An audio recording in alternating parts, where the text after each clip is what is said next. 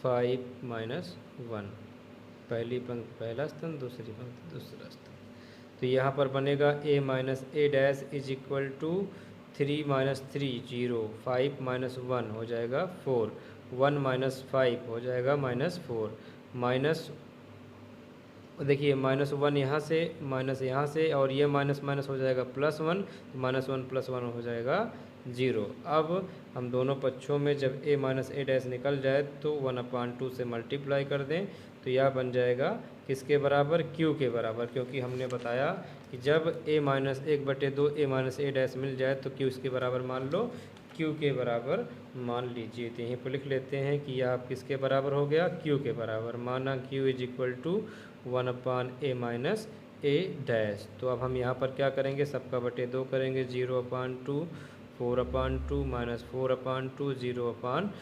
तो q is equal to 0/2 0, 4/2, 2 1 जा 2, 2 जा 4, 2 1 जा 2, 2 जा 4, -2 यहाँ पर आएगा 0। और हमें q को क्या दिखाना है, q को दिखाना है विषम सममित, और विषम सममित होता है a डैश बराबर -a, यानी q डैश बराबर -q हमें निकालना पड़ेगा। तो सबसे पहले इसका हम डैश करेंगे, तो q dash is equal to पहली पंक्ति हो गई पहला स्तंभ, दूसरी पंक्ति हो गई दूसरा स्तंभ, और माइनस निकालने के लिए सबसे पहले इसमें माइनस कॉमन करते हैं। विषम सममित का तरीका यही होता है। तो माइनस कॉमन करने पर क्या होता है, जो माइनस में होता है वो प्लस में हो जाता है, जो प्लस में होता है वो माइनस में हो जाता है, और जीरो में कोई फ़र्क नहीं होता। तो जीरो लिखेंगे, -2 है तो +2, +2 है तो -2, इसके बाद 0। तो q dash is equal to minus, अब देखेंगे क्या ये सवाल के बराबर है, 0 2 -2 0, 0 2 -2 0, हाँ है। तो सवाल क्या था, q। तो हमने लिखा अतः यह नहीं, जो कि a dash is equal to -a, q dash is equal to -q है तो a dash is equal to -a के रूप में है। अतः यह विषम सममित आव्यूह है। अब हमें इसका लास्ट दिखाना है। हमने क्या कहा था, हमने कहा था p निकालो, q निकालो, p को सममित दिखाओ, तो p को सममित दिखा दिया गया। q को सममित दिखाओ, तो q को सममित, q को विषम सममित दिखाओ, q को विषम सममित दिखा गया।